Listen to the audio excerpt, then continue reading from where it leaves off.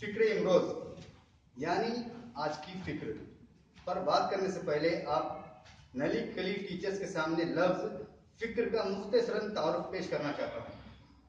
दरअसल लफ्ज फिक्र एक ऐसा मंतिक है जो किसी खास तस्वुर या शय पर मुसलसिल सोच और तजस्सुस को फिक्र कहेंगे। मुसलसिल सोच, तजस्सुस और जुस्तजू जाहिर करने वाले को मुफक्किर कहा जाता है।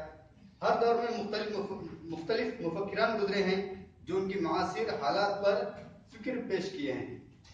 अरस्तु, प्लाटो, कन्फ्यूशियस, सुकरात, इब्न बतूता, गौतम बुद्ध, रोसियोड, साइमन डिवायर और अल-गज़ाली अपने अपने वक्त के बेहतरीन मुफक्किरान गुजरे हैं।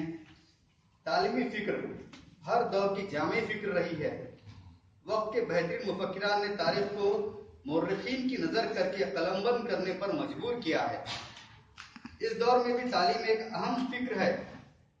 मौजूदा मुफक्किरान बड़े ही सरगर्म हैं कि किसी तालीमी पॉलिसी को अपनाया जाए। साबिक़ा पॉलिसियां वक्त के एतबार से बदलते रहे हैं। फिक्र इमरोज में आज की तालीमी फिक्र के मुफक्किरीन न सिर्फ तालीमी अफसरान हैं बल्कि हम में हर एक मौलिम और मौलिमा हैं। हर एक मौलिम या मौलिमा को यह हक है कि सरकिर्दा हुकूमत की तालीमी पॉलिसी में कमी बेशी निशानदही करवा सकते हैं।